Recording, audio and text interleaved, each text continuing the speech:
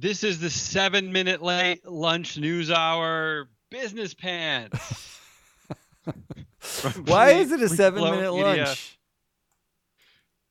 lunch? We are really trying to get to our noon. For all of our fans out there, do we have any fans? No, we We're don't. really trying to get. We're trying to get this noon lunch hour thing down. Today we are 7 minutes late. Let me tell you something. I hope you haven't started your hoagie yet. Yeah, I have a newfound respect for like the 18-year-olds on Twitch. Yeah. Because good.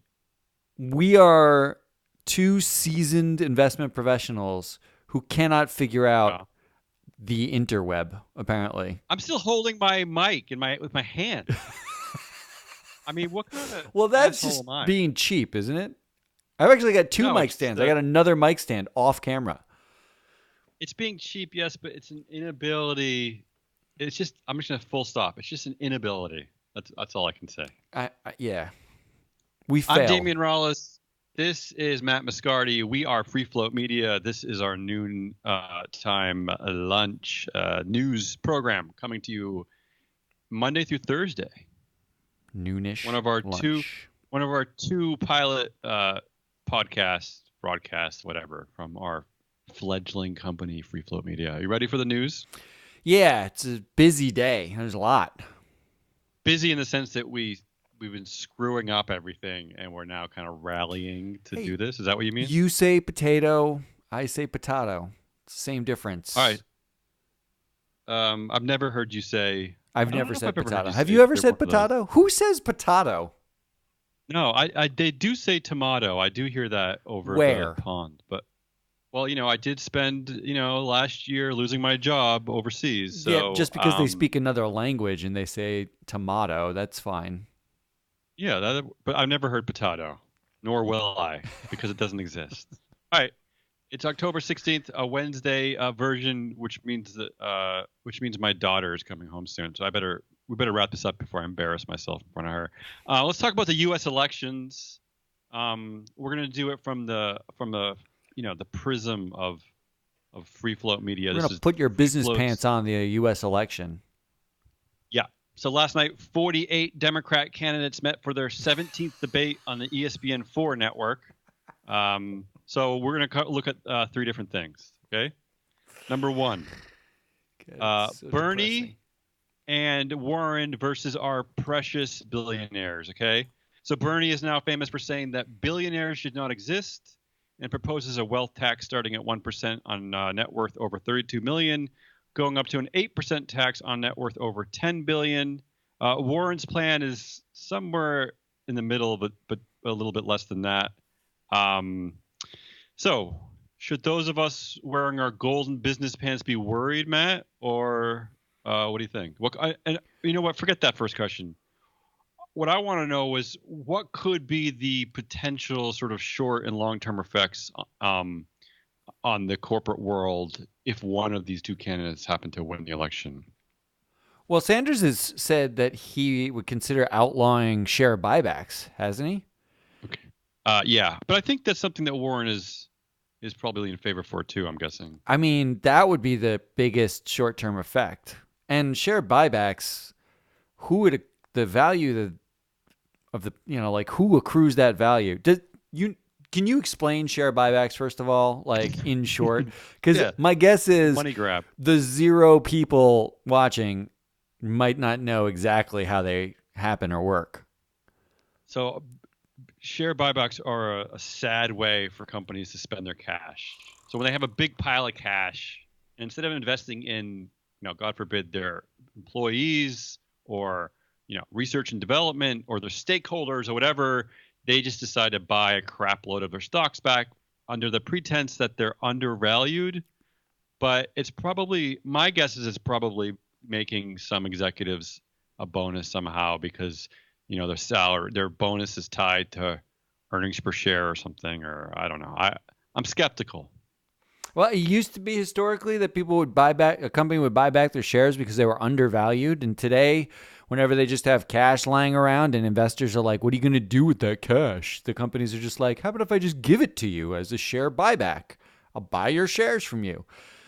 It's How about you focus on making your company viable in the long term instead of giving it back to the shareholders? How about that? but the How about we big have a company to invest in 5 years from now? but wasn't the Why don't you big focus on that? conversation? I did not watch the debates because there's Uh, 40 I of them. did. I did watch. I Yeah, but I, I'm I the just they're the the exhausting me. the producer of Business Pants, so I need to watch everything. But didn't a lot of the focus was on the healthcare, right? Like it was like the economics of the healthcare, like where everyone attacked Elizabeth Warren saying you have this great plan but you can't pay for it. Right? All right. Just like the debates, Matt, you're getting off topic here. I will say this: that there was no focus in the debates, which is part of the problem. Okay.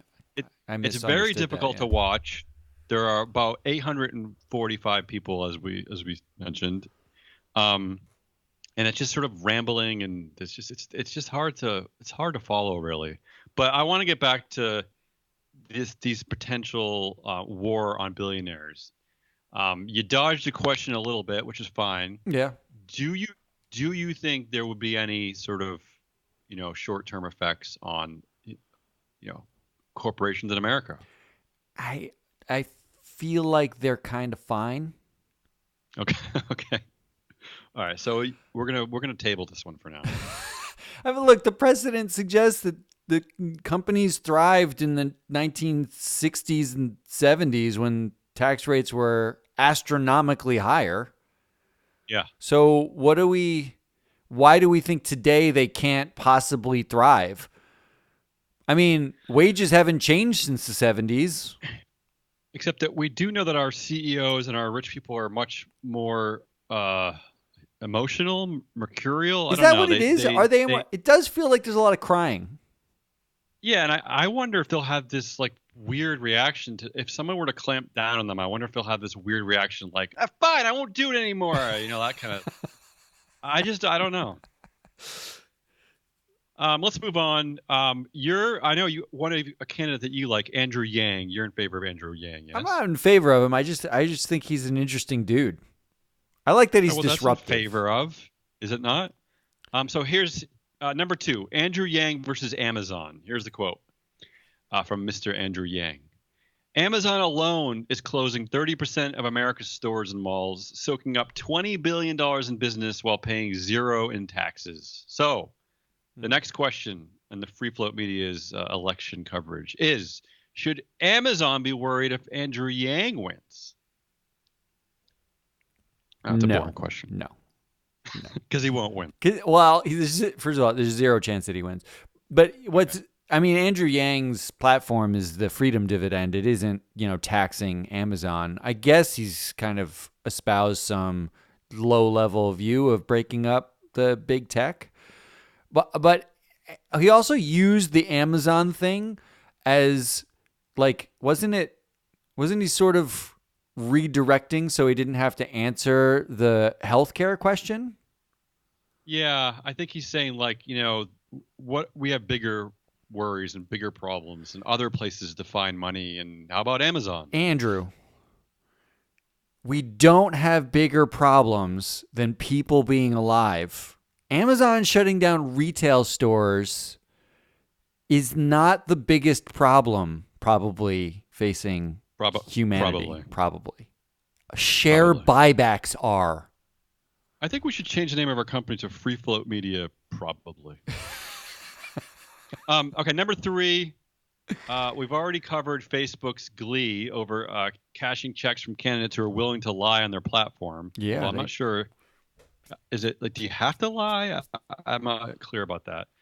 But now we're learning that more than 40 states now use one or more of Amazon Web Services election offerings. So Amazon Web Services now runs state and county election websites, store voter registration rolls and ballot data, and facilitate overseas voting by military personnel and help provide live election night results.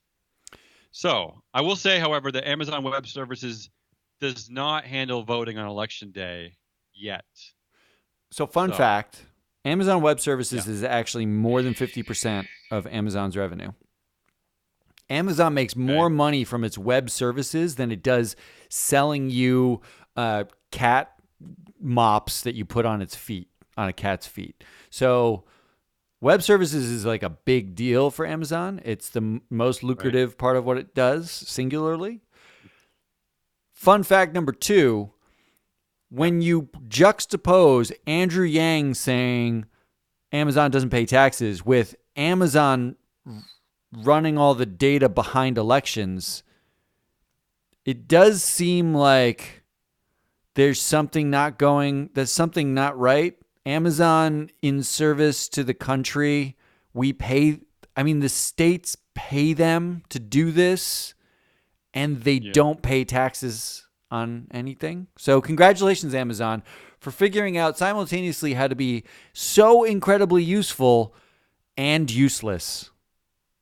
I mean, can I add one other thing tying to your fork, if you will? There's That's the best also analogy I've ever heard. we also have elections. We also have candidates who are attacking Amazon, right? I mean, Trump famously hates Amazon. I mean, I just find it very uncomfortable. So we're corporatizing our election services, and the candidates are also hating on the corporate. I smell trouble. I smell trouble. It is a weird like the conservative ethos in particular is like free markets, capitalism, outsource everything, and then simultaneously we hate every single major corporation. They're all too big, and we hate them. Yeah. Well, yeah. Can we They have become the both? boogeyman. Yeah, we do have both. It's what's happening right now. Congratulations, All right, universe. But if you let's move were, on. if you can Yeah, I ask you a question? Would you sure. Because invest? I'm going to let you keep talking because I was too inept to post our timer today, so I'm going to let you run long. Yes, go. Would you invest in Amazon Web Services? Is it a separate thing? Is it separate from Let's say Amazon they to spin invest it in? off. They spin it off. Which is better? Which is Honestly, more interesting to you, Amazon or Amazon Web Services? to invest in, I mean to I think just about don't look. now. The runaway train that is Amazon right now. I see no end in sight. So yes, I guess I would invest. Unlike what we'll talk about the next story with something like Netflix, I don't see anything getting in the way of Netflix, in the way of Amazon for quite a while. That's my humble opinion, probably. All right, And let's next on Free go. Float, probably. Let's jump into wars as I wipe my nose in front of a camera. That's Let's right. It's a talk about our janky old. camera. It's not really working. Let's talk about our old friend. The camera is good. It's your setup, which is janky. False. Let's talk about our old friend, the streaming wars, which I just alluded to, mostly because we haven't talked about it for the last 5 minutes. Oh, wait, we have. So here's the headline. Netflix faces its final quarter of calm before the streaming wars begin. Dun dun dun. So what do you think about this, Matt? Is this are these like the final heydays of Netflix? Are we at peak Netflix? Is I this like was. the blockbuster? Yeah. I mean, Disney is gonna be. They have so much content that they are going to be a problem for Netflix. They have a lot of IP, but it's always overblown, isn't it? Like do you have Netflix? Yes. See, you had to begrudgingly admit that. Would you get Disney Well, 'cause you know Plus why? or NBC or any of the other streaming coming I out? I would if needed the content that was being offered. I probably would. But I probably what I usually do is when I add something, I get rid of something else. So I kind of rotate. I mean, here's the honest truth for someone like me, and maybe because I overthink everything, but Netflix has become like the blockbuster video store experience for a guy like me, which is that I wander around the shelves of Netflix for like 35 minutes and then end up hating myself and getting bored of the experience and watching nothing. Like that's what I now do because there's just so much. I don't know what's good. None of it, all of it looks like a B minus. So I don't know. You just a quick sidebar. You unironically referred to Blockbuster Video, Yeah. which does anybody, like, were you listening to Kurt Cobain while you were there? Because does anybody know what Blockbuster Video is anymore? Well, they don't, and I felt weird saying it because I actually never went to Blockbuster Video. We had a very lies. famous, It's just yeah, lies here. we had a very famous video store here in Portland, Maine called Videoport, which was actually sort of the center of the Portland social scene for many years. So it would be sacrilege to be in Portland, Maine, and go to Blockbuster. I'm just telling you that. I worked at a Course, Blockbuster. Yes, Videoport is closed, just so you know. I worked at a Blockbuster, so I was the problem. But yeah, I take your point. Yeah. I honestly, I can't. You either someone tells you what show to watch and you go watch that show. Like I just started Succession because you told me that it was good, right? That's not on Netflix though. No, right? it's on HBO. But I just started that. But if somebody doesn't tell me what to watch, then you just watch reruns of shows that you've already watched before. I mean, it's because it's overwhelming. There's too much. And it's because it's there. Who's watching that much television? We are evidently. It's so much. All right. Also, in the streaming wars, there's a major threat to, of course, the movie theater business, which has led the AMC theater chain to launch its own on-demand film streaming service for the home. So I ask you, Matt, is this the official end of going outside? So here, I saw this and I was fascinated because I thought, oh, I would subscribe to First Run Movies as an app all day long, right? Like I would pay from your home $15 a month and I could never go to the movie theater again and just watch the movies at home. And then they could go out of theater, right? Like out of my iPad, it's like time limited. However, that's not what this is. This is just Netflix again. Yeah. Someone explain to me what this is that's different. Oh, this isn't. I read this as this is the movies that are currently in the theater would also be available in your home. This is buying and renting movies like The Lion King, which is out on video that you can now buy and rent on AMC's app or Amazon's app, or I can just watch it on my Netflix app. So can I just tell AMC right now, don't bother. No one's going to sign up for it. This is the worst idea. I mean, this is like, it was, and the headlines made it seem like they were entering the streaming wars. Like we have another competitor. They have a good publicity over there at AMC. One more story in our wars. Uber and Lyft, our favorite loss-making ride-hailing companies, declined to appear on Wednesday at a U.S. House of Representatives hearing on issues related to the ride-hailing industry. Here's a quote from the committee leader. Their failure to appear at this hearing is a telling sign that they would rather suffer a public lashing than answer questions on the record about their operations. Excuse me, Mr. Committee member. I assume it was a Mr. It could have been a Ms.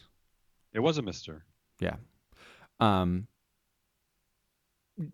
Isn't the hearing a public lashing just led by Congress? Good point. Touche. So I did look up who did testify, who did show up, and it included a small consortium of cities. So they're probably not so thrilled with Lyft and Uber, right? It included an anti-transportation regulation lobbyist, probably not big fans. They're anti-regulation. Anti-regulation. No, they must be. Then they are fans of Uber and Lyft, right? No, because they actually represent like transportation companies, not Lyft and Uber, right? Like they represent. They're going to lobby on behalf of like cabs. And the last one was, who's the last one? There was one more that was basically like very clearly not going to be fans of Lyft and Uber. Right. So that they declined to sit on stage on camera in public, get yelled at by Congress members, then have a parade of people come after them who also yell at them. I'm going to go with Yeah. they're going to get much less by saying no thank you. It's almost as bad as if they turned up to the social media summit that Trump had 3 months ago. That would have just been as bad. Either way, I think things are pointing in inauspicious directions for Uber and Lyft. They just seem to attract negativity. All right, let's go to our acronym tour. Ooh, and this is if this is the first time we've talked about this on our show, Business Pants. This is a category where we're still trying to figure out how to rename our old industry, right? Which was called ESG, which stands for what, Matt? Environmental, social, and governance. Right. So we here at Free Float Media hate the acronym ESG because it sucks. So we're trying to rename it something less sucky. Yeah, less sucky. We haven't gotten there yet, so we're filling in the space with something called the Acronym Tour. So we're hoping once our audience stops silencing itself, it'll reach out and give us some suggestions. But anyway, I babbled long enough. There's a new report out from PricewaterhouseCoopers that finds that this is a good one, Matt. Finds that 63% of board directors now say that their investors devote too much attention to board gender diversity. Mm-hmm. This is up from only 35% last year. And here's a great quote from the report. They're saying, "We heard you. We've taken a lot of measures and we're focused on it. Now go away and focus on something else." Okay, two things, right? The they and they're saying is clearly men, right? There's not. Could it be another they? And more eloquently,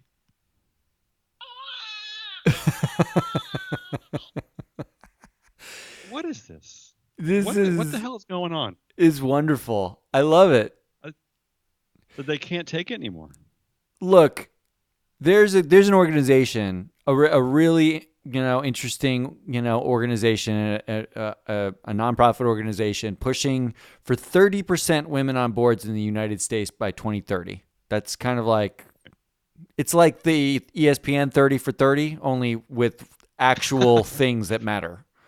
So it's the number you relate to there, yeah. So they're pushing for 30% women on boards, right. And that they have to push for 1/3 of corporate boards to be a population that is actually 50% of the U.S. population, more educated, 50, yeah. more qualified, more educated than their male counterparts. And just kind of better to hang around, frankly. Honestly. And the reaction when investors or shareholders or anybody says, you're doing some stuff, but it's not enough, is, geez, man, I'm trying. This is Thomas. Yeah. I think they just interviewed Thomas Cook, CEO, like for 3 straight hours. So what is this? So we're obviously at peak diversity talk, right? Men have spoken, like it's enough already. So no, man, we're not even close. Wake me up when you actually hit representing the population. What is this? Is this like Me Too backlash or something, or Brett Kavanaugh back? Like, what is this? It's just like, is this kind of like when a racist says, like, we gave you Obama, enough already? Racism is over. Yes. Is that where we're at? It is. Yes. It's not any different. It's like in 1890, if you told a slaveholder that what they were doing still wasn't equitable, and they were like, but we're trying to not have as many slaves. Like, it's not great. Yeah, it's like, it's not a good look. The CEO and chair of GM is Mary Barra, so It's over. It's done. It's done. Okay? Diversity achieved. Stop asking. All right, let's go. Let's talk about some biz nuggets. Starting at Outback Steakhouse of all places. I mean, not for Outback Steakhouse. I only eat meatless meats now, so. Only. I like that. Outback Steakhouse wants to use AI, yes, artificial intelligence, not as opposed to A1, which is what I used to use as a kid. So AI to analyze the customer experience. The pilot program is focusing on the restaurant lobby. So I don't understand this one, Matt. It's like creating a correlation between how many mints people steal and how fast it takes them to devour a blooming onion. I just don't. You're I don't know what looking the hell's at going this on. all wrong. Okay. Let me set the record straight here. Yeah, I want to hear it. Outback Steakhouse is using AI to put the word AI in a press release so someone pays attention to Outback Steakhouse. Okay.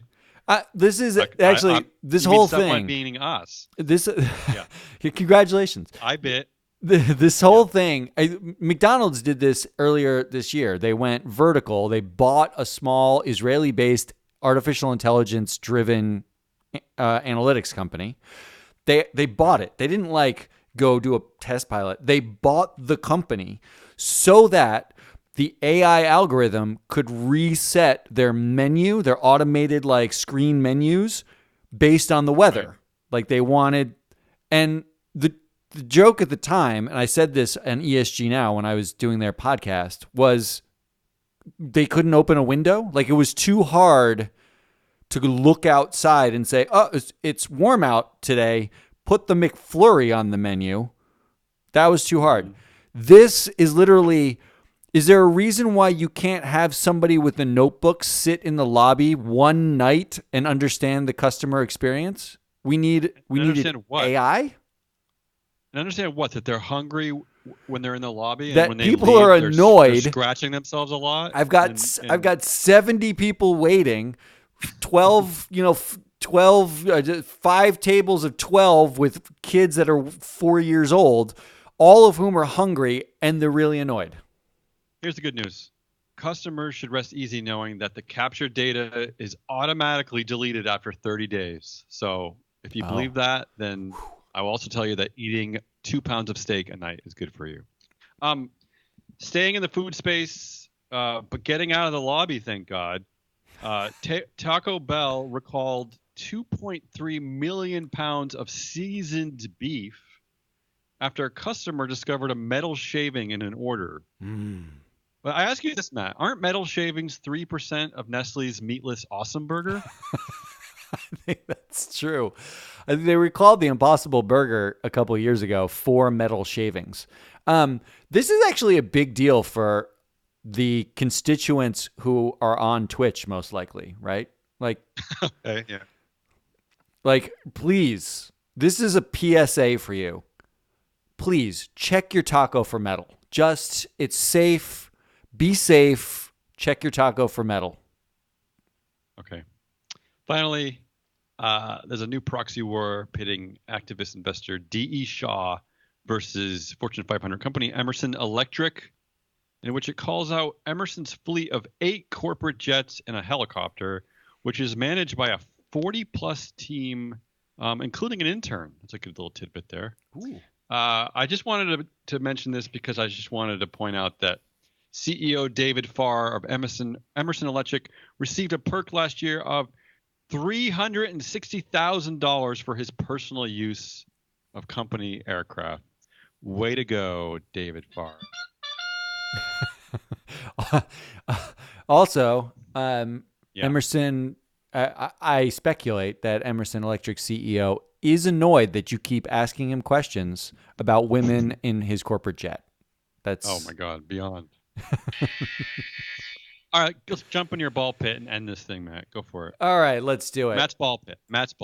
Here it is, everyone. So, it's a quick one today.